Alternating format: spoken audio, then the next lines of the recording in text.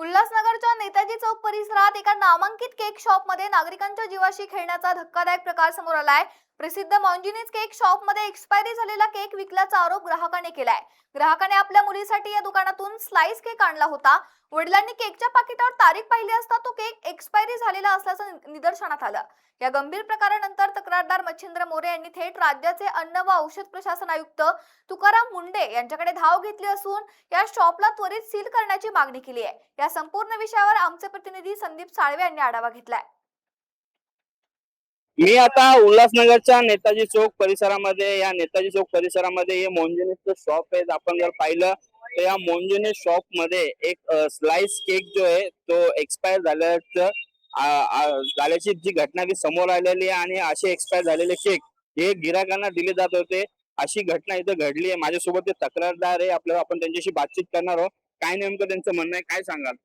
काल संध्याकाळी मी ना दरवेळेस हमेशा मोंजिनीज जे केक आहे त्या केक मधून मी ना ब्रेड म्हणजे केक घेऊन गेलो होतो। तर त्याच्यामध्ये 2 पॉकेट नेले होते, त्यातलं एक पॉकेट मुलीने नाही खाल्लं कारण तिला त्याचा वास आला। बोलली पप्पा वास येतो त्याच्या बरोबर टेस्ट लागत। मग नंतर मी पॉकेट चेक केल्याच्या नंतर मला कळालं की याची एक्सपायरी डेट संपून गेली।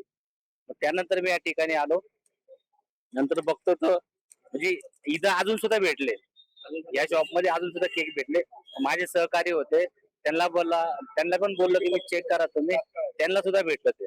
आणि मी आता एफबीआय ला पण कंप्लेंट करणार आहे आणि या ठिकाणी पोलीस सुद्धा आले होते। पोलिसांनी सध्या ते शटर बंद केलंय। तुम्ही काय सांगाल?